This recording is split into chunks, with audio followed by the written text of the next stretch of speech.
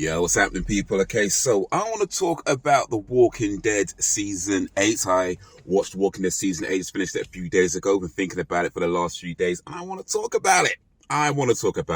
Specifically, I want to talk about the King,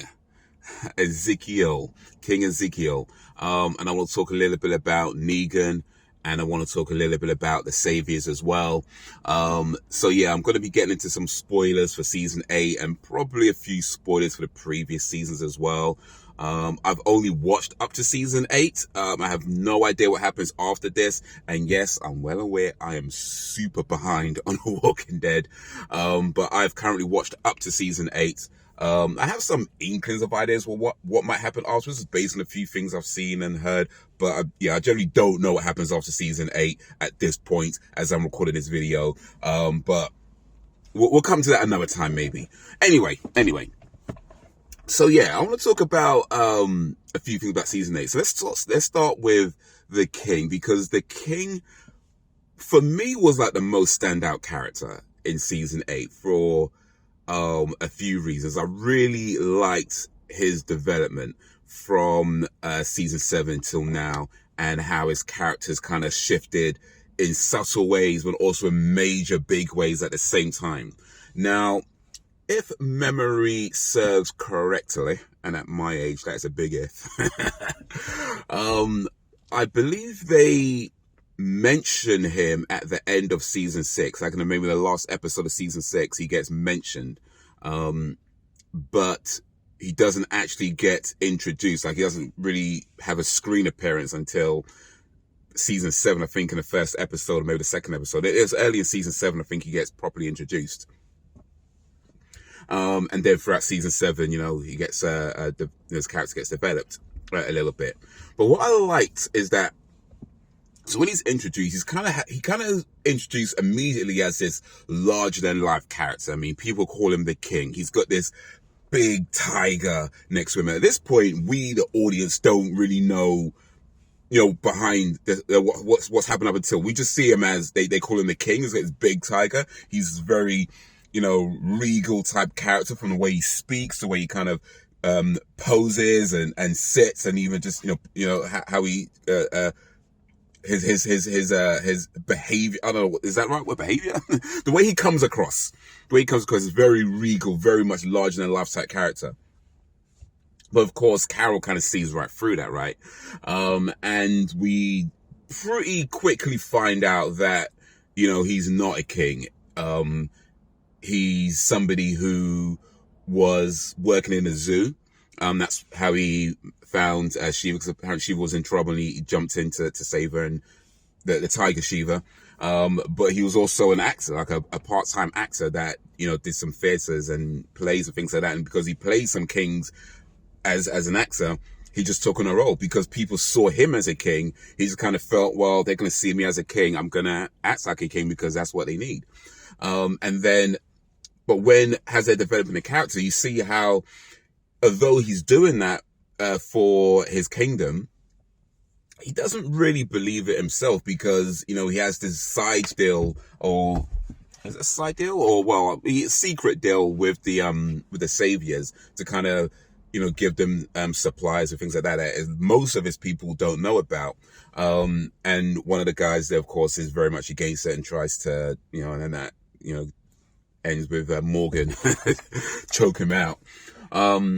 But he's very much doing it for his people, and he doesn't really believe it himself. Like, he's not really willing to, ruffle too many feathers, and, that kind of thing.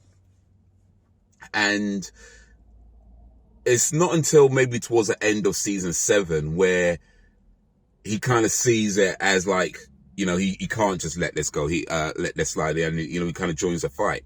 But really, in season 8 is where I feel like his character took a major shift, in the sense, not so much in what the kingdom would see. I feel like the people in the kingdom, they're seeing what they always see because he's an actor and he's always acting that way. But I feel like his character internally took a major shift, in that he started to believe it.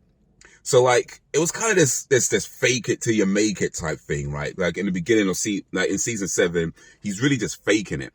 And then in season 8, he's making it, as in like he starts to believe that he is the king. Certainly believes it more than he did previously. And that line that he kept saying, and yet I smile.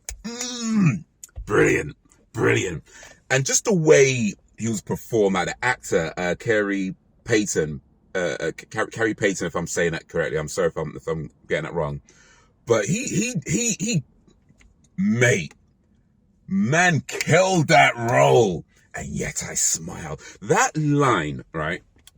That said to me that, like, look, he's not, like, he's gone beyond that fake it till you make it, like, to the point where he's kind of seeing it as like, I can't just pretend to be a king. I need to be a king. Like, you know what I mean? I feel like that's what's in his head at the moment. And even then, there's maybe some inklings of some disbelief, because, like, you see when he was saying how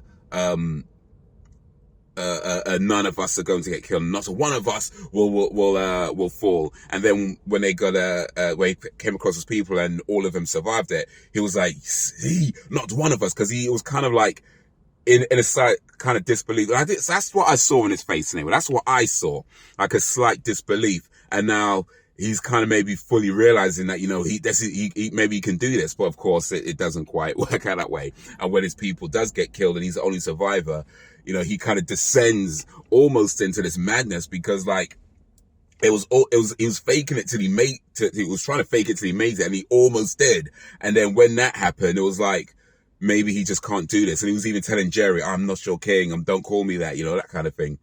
And there was a few moments really, where I was thinking that he's just going to tell them that, you know, he was an actor and that kind of thing. But he doesn't, and he kind of comes back out of it, and he starts to lead again. But here's the thing, and here's what I think is interesting about the kingdom as well. And for those of you who've seen season 9 and beyond, please don't tell me if this is true or not. I'm just kind of telling you what's in my head right now.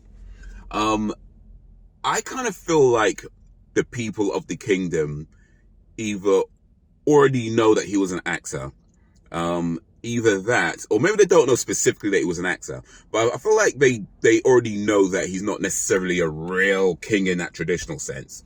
And they don't care, because ultimately, as far as they're concerned, he is their king. And I think Jerry knows that. I feel like Nabila knows that as well. There's probably a few others as well, but I feel like Jerry almost certainly knows that.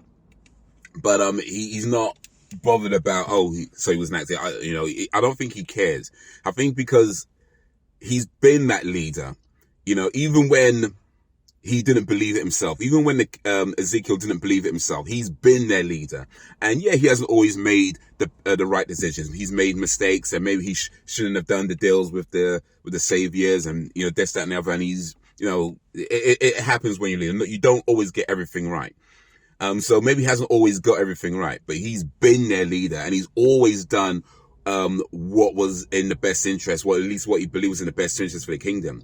And he's never, like, sold them out or anything like that. And he's always had their backs, you know, from I forget but, you know, Henry, the little boy, and, you know, his brother, looking after him, looking after Henry, taking in Carol, Morgan, and just how he treats people, you know, how he you know, he's never like,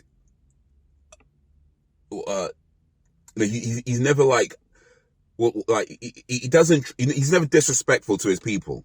You know, like he can speak up when he needs to. He can, you know, speak with authority as he needs to, but he's never condescending. He's never disrespectful, and he's always doing, you know, what he feels a king should do. I mean, he's acting a role, but in that, I feel like he's really become their king in their minds, regardless of whether he was an actual king and anointed. And I don't think that even matters anymore.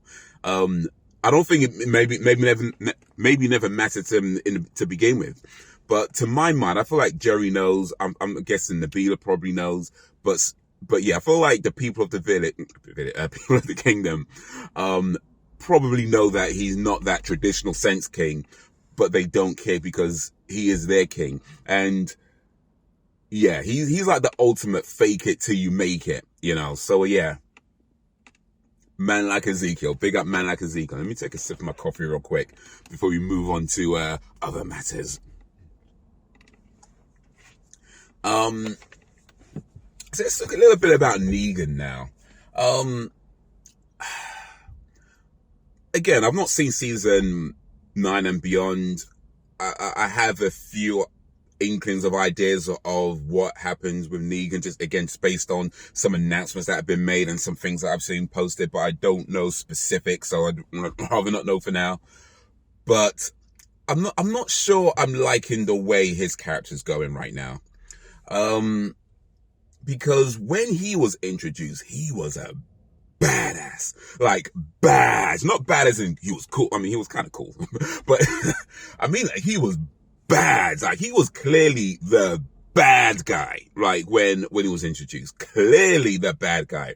And, you know, he's kind of like one of these bad guys where he has these kind of grand ideas because in his head, he feels he's doing the right thing, you know, kind of like Thanos, right? He feels he's doing the right thing, but he is the bad guy, and it is clear. And no matter how much in his own mind and no matter how much he's convinced himself or convinced the people around him, or even if they believe in his cause or whatever, he was the bad guy. And another thing as well, there's no good guys in The Walking Dead, like Rick and them, man. They ain't good guys either. Daryl, he ain't no good guy. None of them are good guys. Let's be clear on that. I mean, there's a few people who came close to being good guys. Like Tyrese was maybe one of the closest to being a good guy. And, I forget the kid's name, but the one that was, the one that was in, Everybody Hates Chris. He was pretty close to being a good guy, and maybe a couple of others here and there. Dale, I think he was, anyway, the point, there's been a few people who are close to good guys. They ain't lost though. The good people don't last in a world like that. But pretty much most people in The Walking Dead are not good people in that, you know, traditional sense of the word being a good person is. Like, most of them aren't. But Negan was the bad guy, right? In season 7. When was it? Well, season 6, really. He comes in the end of season 6. He's kind of mentioned, I think, throughout season 6, but then you don't see him to the end. And then season 7 is where you kind of see him a bit. See him quite a lot more. And of course, in season 8 as well. But in season 7, he was the bad guy, right? And it just seems with season 8, they kind of shifted him a little bit, where, you know, it seemed like he was, I mean, they don't say this, right? But it just seemed, I was getting the feeling that the way the story was going and the way his character was being presented, it felt like we're now supposed to see him have a bit more sympathy for him. Oh, he didn't want to kill all the people in the junkyard. Like, why? Like, you know, oh, people are a resource. I don't want to kill them all. Like, where's this coming from, bro? Where's this coming from? Like, why? Oh, are we supposed to be on your side now? Like, and here's the thing. I don't have an issue with ambiguous bad guys. That could be a good thing. I just feel like that wasn't Negan in season 7. He was not ambiguous bad guy. He wasn't, oh, look, maybe he's got some good ideas. No, he was the bad guy. He was the bad guy. He was out for himself. Well, he was out for himself and his people. But pretty much, it's like he treated everybody else like absolute slaves, and well, worse than that, maybe. Well, let me not go there. Let me not go there. It's too early. I'm not famous enough to get cancelled yet, so let me not go there. But he treated anybody that wasn't with him was pretty much against him, and he just treated them like absolute less than trash, right? He was the bad guy, and now it's like getting mad at Simon because Simon killed them all. It's like, why? Simon did you a favor, bro. You know, Simon became more Negan than Negan was Negan. You know what I mean? Like that's how it kind of felt. So yeah, and even that whole thing with Carl, you know, having those dreams about the future, and you see Negan and they're all friends and stuff. It's like, nah. There's way too much happened for them to ever be friends. Like, even at the end, where it's like, first of all, like, they should have let him die. I'm gonna be clear on that fact. They should have let the man die.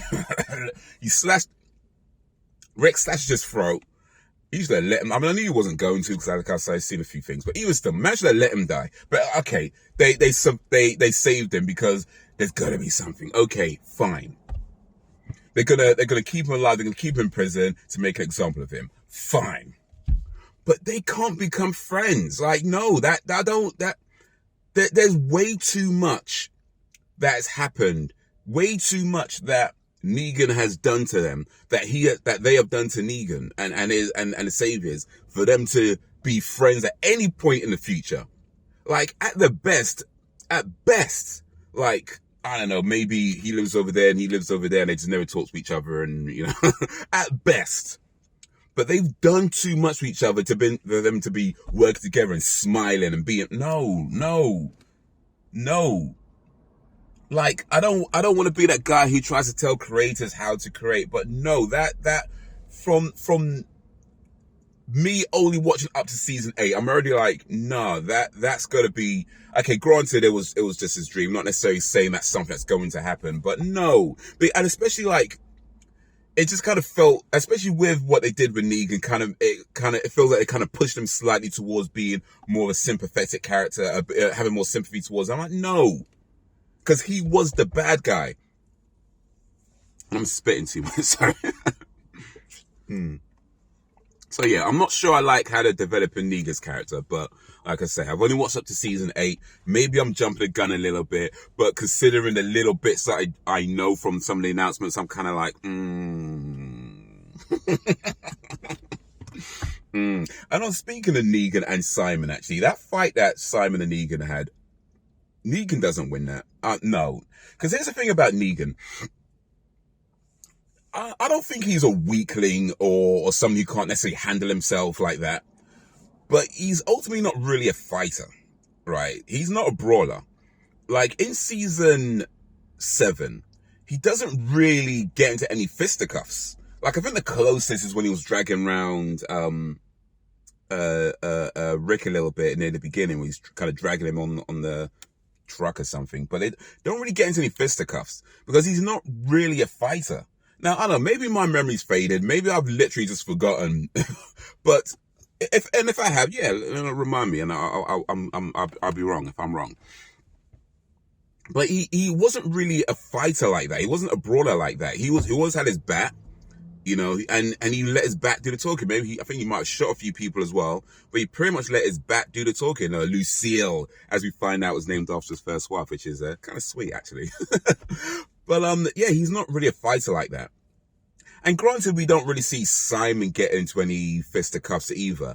But Simon definitely, at least in my mind and to what I was watching, Simon definitely came across more as somebody who can get down like that, more so than Negan does.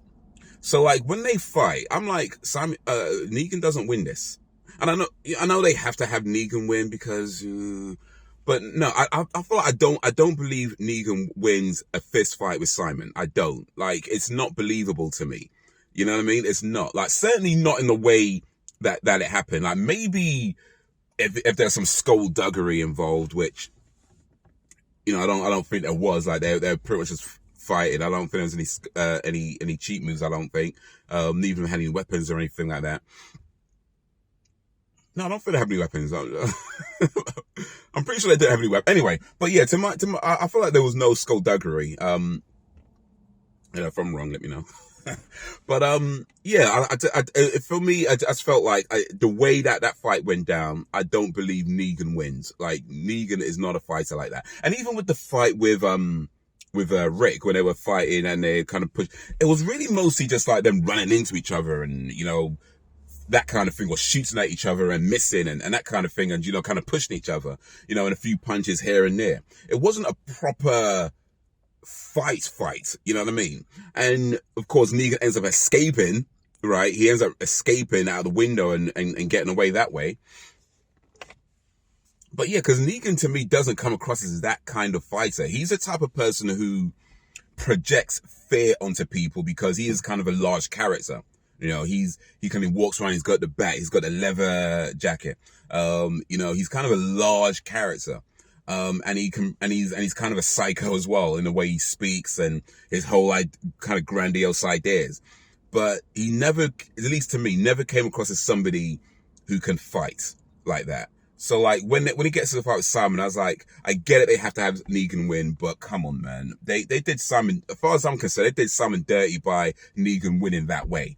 Like if Negan won by maybe cheating a little bit, or maybe somebody like trips over Simon, something like that. I thought that might have been a better way of doing it. But no, I don't believe Negan fights like that. I don't. Like he's not. No, I don't. So yeah, I get it. I get why they had to have Negan win. Fine, but that I know it was not believable to me.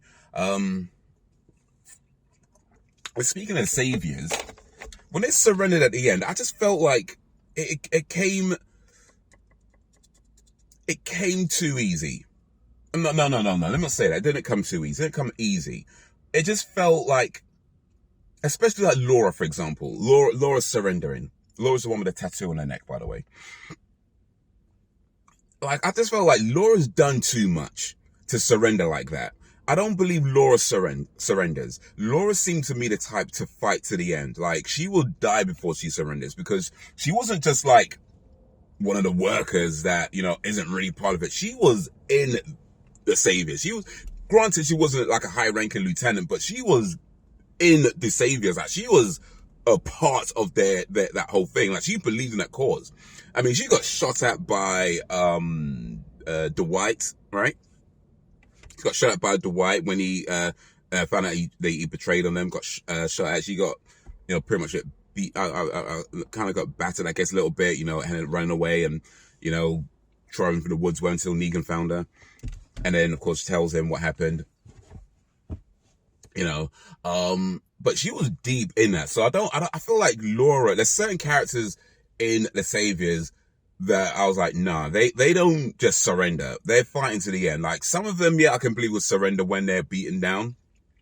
But Laura to me was like, no, she's fighting to the end. She's like either gonna lie about surrendering and then try to shoot them, or she's fighting to the bitter end and she's not done till she's dead. So I just kind of felt like they did her character dirty. Granted, yeah, I know she's a smaller character. She's not part of the main story, but even still, it just felt to me like, nah, she's fighting to the end, and that surrender just felt like it came a little bit too easy.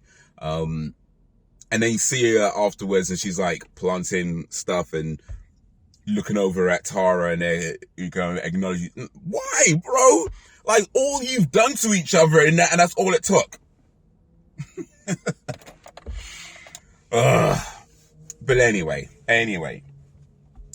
Before I give the wrong impression, overall I did enjoy season 8. I mean, I think it did definitely do more right than wrong. But yeah, I just feel like the stuff that it did. Let me not say wrong. That's not right.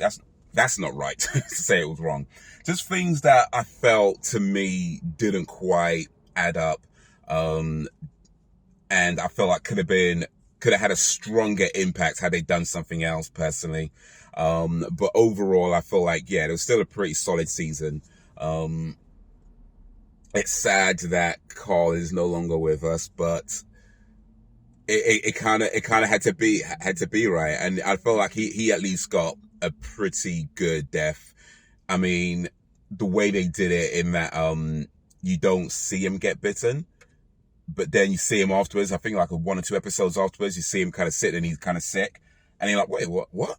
And then it's like, oh, of course. Then they show the kind of flashback a bit, and you see where he got bit, and he was trying to help Sadiq. Sadiq seems like an interesting character so far. If you know about season 9, please don't tell me. But he seems like an interesting character so far. So I like his addition. But yeah, rest in peace, Carl. Who else? Who else died? Simon. Rest in peace, Simon. I like Simon. Simon was a cool. You know what I liked about Simon? I like the way he's portrayed. Stephen Ogg is a bad man. Like, if you don't know, Stephen Ogg is a bad man. It's the way Simon was portrayed. It's like if you play GTA 5, because Stephen Ogg plays the character Trevor. Excuse me. Stephen Ogg plays the character Trevor in GTA 5, and Trevor and Simon have so many similarities, which, I guess, it's the same actor, so kind of a given. But like, if you ever want to have a playable version of Simon, play GTA 5, as Trevor. But yeah, Stephen Ugg's a bad man, and he played that character so well in, like from his psycho moments to his, moments where he's trying to really, feigning reasonability, right? To the parts where he's assumed leadership. Yeah, Stephen Ugg is a bad man. But yeah, rest in peace, Simon. He was an arsehole. He was. But he's the type of arsehole I could appreciate in a TV show, because you need characters like that to be bad people, and he did that. He was more Negan than Negan, as far as I'm concerned. The real Negan, Stephen Ugg, I don't even care no more. Stephen Ugg was the real leader. Like, I don't care. He was the real leader of the Saviours. He was the real eager. Simon was the real, I said Stephen Ugg, that's his real name. Simon was the real leader. He was the real Negan. I don't care, man. I don't care. Negan Negan was Negan in season 7. As far as season 8 goes, Simon was the real Negan. Anyway. Henry though, like he killed that dude. Was it Gary? And then Morgan lines me about how that's the guy that killed him now. But Morgan's been just a psycho character, not a psycho, but a messed up character from a while. But he kind of knows that he's messed up, and he knows that he's not all right. And he kept saying that, I'm not right. I'm not all right. From going mad when he was all on his own to calming down when he met the guy who taught him Tai Chi. Was it Tai Chi? Calming down, and then not wanting to kill, and then being a killer. And he's kind of, oof. But no, I like his character though. I like what they did with his character. So yeah. Overall, I did enjoy season 8. Overall, I do feel like they did a lot right with it. Certain things, not too sure about, and I guess you kind of have to wait and see. But based on some of the announcements that I've made, I'm just kind of like, it's hard to have faith that this is gonna. But we'll see. But anyway, I rambled for long enough, so let me leave that there. But yeah, let me know what you thought of season 8. So, who were your favorite characters or most standout characters? Let me know what you think of what they did with Negan. No spoilers, please, for season 9. But yeah, anyway, till whenever, if ever, peace.